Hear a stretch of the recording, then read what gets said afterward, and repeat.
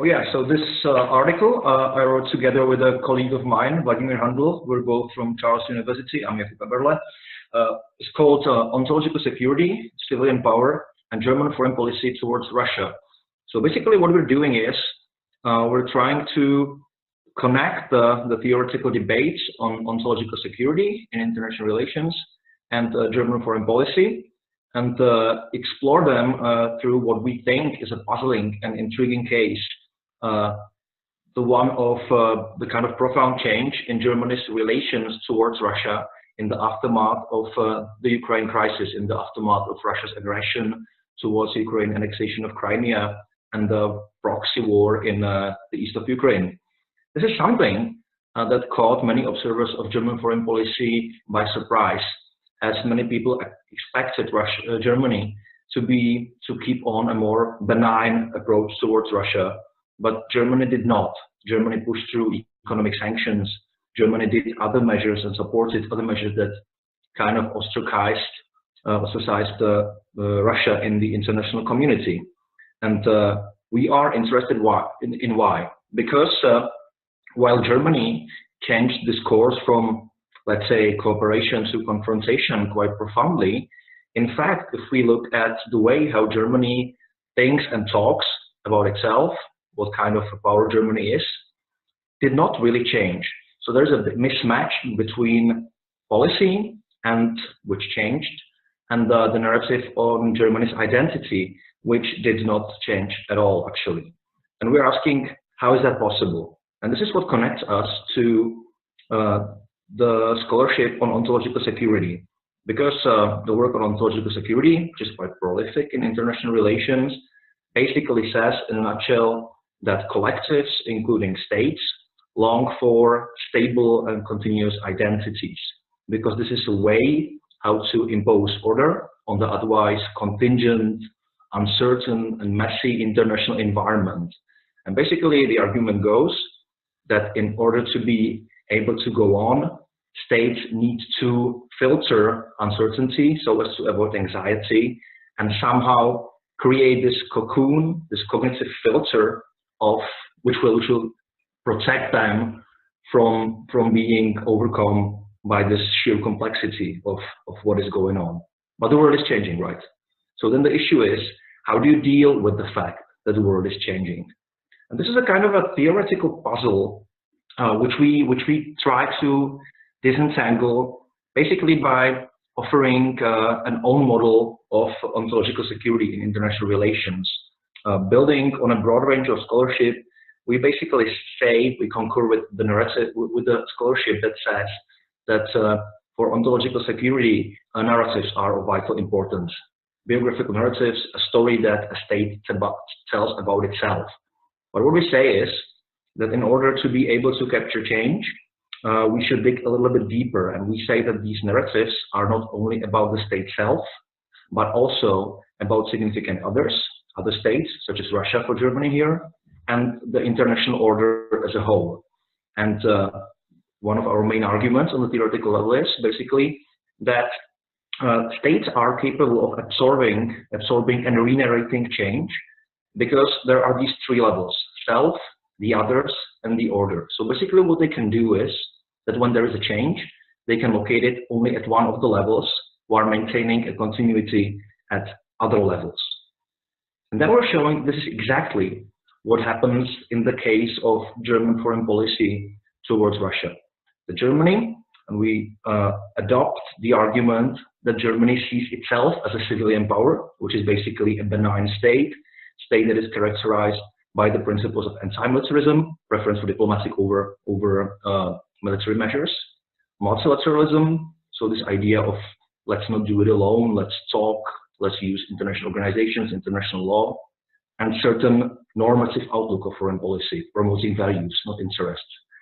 But what we say is that this is less of an analytical concept, which other authors would claim, but more of a self-narrative. The Germans like to see themselves this way.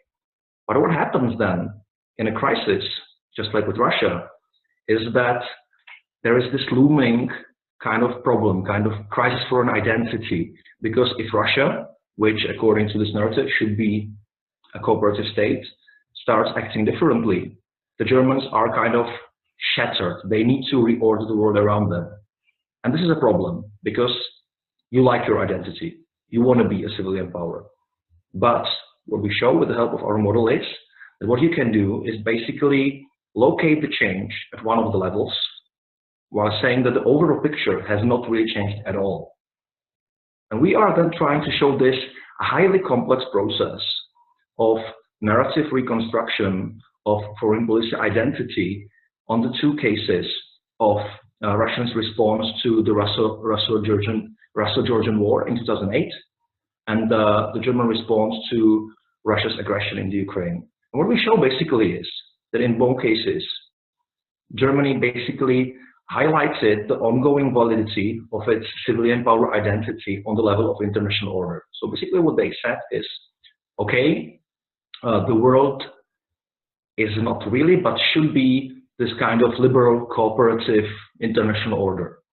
But in one case, in the first one, they could stick to their cooperative policies because basically what they said is, okay, this is the rules as they should be, but in fact, neither us nor Russians have really upheld them. So what we really should do is not change, but try harder. Whereas, in the second case, 6 years on, the Germans again basically stuck to this idea that, okay, these are the rules of the international order, so there is no problem with our identity and the way we see the world, but it's just the Russians are not doing what they should be. So for now, we as Germany should be confronting them while keeping our backdoor kind of open for Russia to join us again when they change their mind. So basically, in a nutshell, what happened is that Germans were able to keep this identity and the overall vision of the world according to the civilian power principles, so basically a liberal world order, to put it as bluntly as I can, while kind of providing a little kind of explanations what has changed. So continuity and change are kind of put together in this narrative.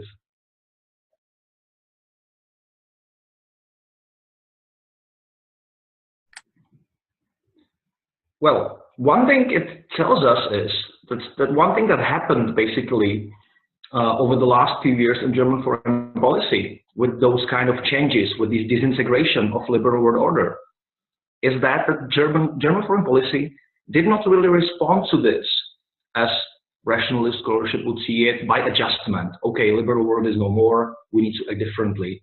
Actually, to the contrary, the more the liberal world, liberal norms, cooperation and all of that seems to be withering away, the more kind of Germans stick to their identity and to their vision that this is how the world should be. So we see this kind of projection of how we want the world to be on the world as it is.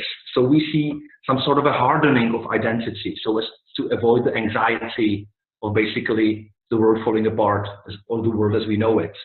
The lesson from this is that the more both Russians, Donald Trump, but also other players, we can think about Turkey, we can think about within the EU, Hungary, Poland, the more they are challenging the former liberal consensus, the more Germans stick to them.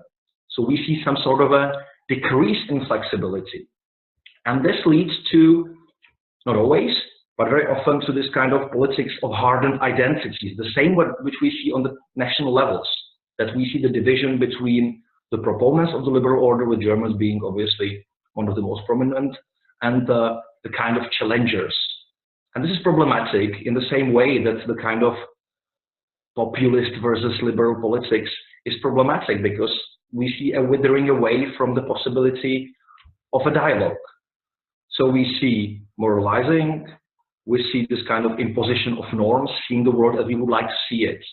So what we can imagine, and we already see vis-a-vis Trump and vis-a-vis Russia, is this kind of a curious mixture of not much action on behalf of Germany. The Germans were not really able, or anybody else within the EU, to do much, for example, to counter Trump's withdrawals from major international arrangements, combined with this moralizing tone.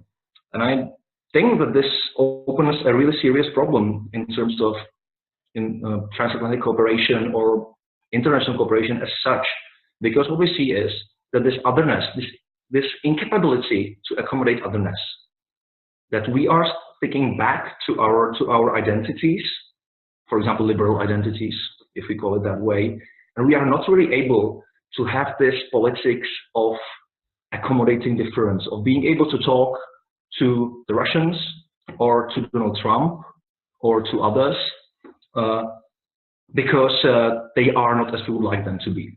This is just one line. Obviously, foreign policy is much messier and much more complicated. But I think that this line should gain on prominence, as it is gaining, for example, within the Social Democratic Party of Germany. Then it would be much more difficult than it already is to establish any sort of consensus.